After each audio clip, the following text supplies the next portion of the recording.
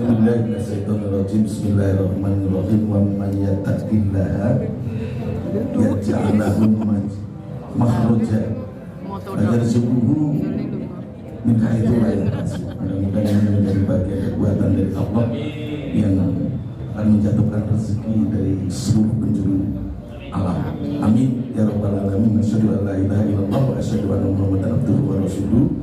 Allahumma sholli ala Muhammad wa ala ali sayyidina Muhammad. Yang saya hormati para narasumber, secara khusus Kepala Dinas Pendidikan Pemuda dan Olahraga, dan tentunya seluruh peserta forum FGD Profil Pendidikan Banjarnegara. Saya tidak akan bicara banyak. Tentu apa yang tadi dibahas mesti pada akhirnya bagaimana alokasi anggaran yang akan untuk mendorong capaian IPM atau sekaligus SPM di Kabupaten Banjarnegara. Maka judulnya mandatory spending. Jangan nggak usah khawatir, karena urusan pendidikan dari tahun ke tahun mandatory spendingnya tidak pernah turun. Artinya tidak hanya 20%, bahkan hampir mencapai angka 30%, Pak Bambang. Tidak 33%. Ini terus mengapa ragu-ragu? Maka hal yang barangkali penting, bagaimana kemudian teman-teman dengan alokasi anggaran yang cukup besar dengan berbagai mandatori dari pemerintah pusat, termasuk kebijakan pemerintah daerah juga tertuju pada bidang pendidikan. Tinggal kita dorong, bismillahirrahmanirrahim, SPM-nya tercapai, IPM-nya juga tercapai.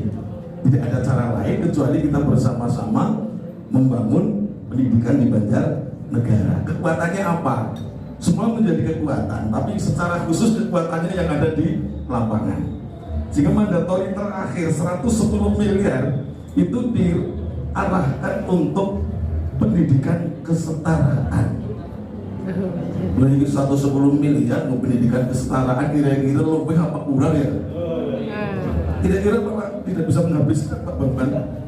110 miliar ini tinggal nunggu PNK dari Kementerian Keuangan. Ketika turun PNK masih sesuai dengan edaran, maka dipastikan kemarin di POK juga saya sudah matur bahwa dipastikan kalau PNK turun maka akan dilakukan rasionalisasi. Karena APBD kita angkanya tidak meningkat, aja kisaran 2,1 sampai dengan 2,2 triliun. Tapi mandatori dari pemerintah pusat itu bagian yang harus dilaksanakan. 110 bidang pendidikan di bidang kesetaraan atau pendidikan kesetaraan, kemudian PU untuk sanitasi dan air bersih 35 miliar, kemudian kesehatan untuk apa? Tidak terlalu apa, 57 miliar. Nah ini anggarannya ya tetap 2,1 triliun. Mana kemarin di Banggar saya izin sama Pak Bambang juga dimungkinkan pokok-pokok pikiran DPRD juga akan diermahkan sama, sehingga nanti OPD yang hadir barangkali ya ora usah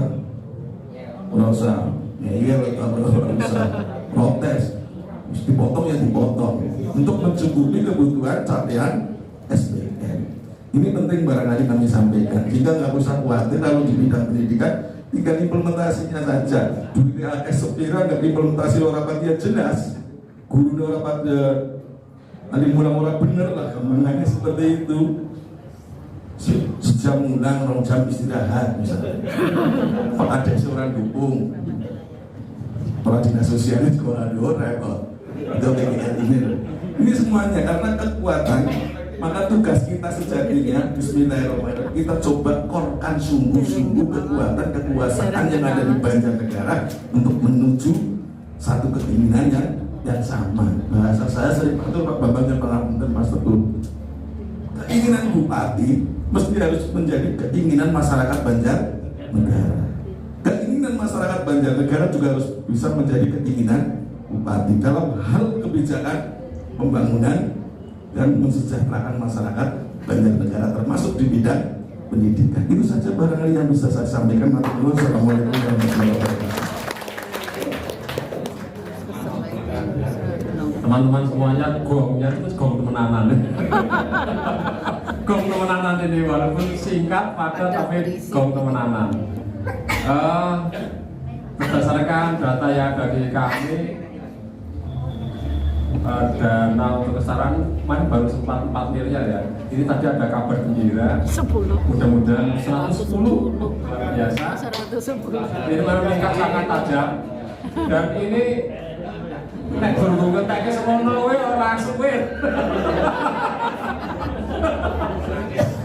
Enggak lama karena jumlah penduduk kita yang belum bersekolah di jenjang SMP dan SMA untuk anak usia 15 tahun ke atas masih 300.000.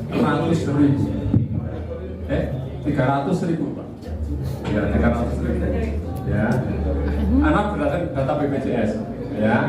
Dan itu jika digarap dengan setahun 3.000 saja, terus habis ini. Ya. Sekaligus kami laporkan Pak Kepala BPKD Pak Dwi bahwa selama ini yang kesetaraan yang dibiayai oleh pemerintah pusat itu adalah anak-anak usia sekolah Bapak.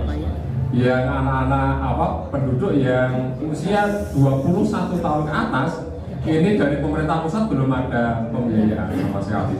Sehingga ini kabar gembira kalau itu bisa lumes nanti bisa digunakan untuk BUP daerah atau BOPDA gitu.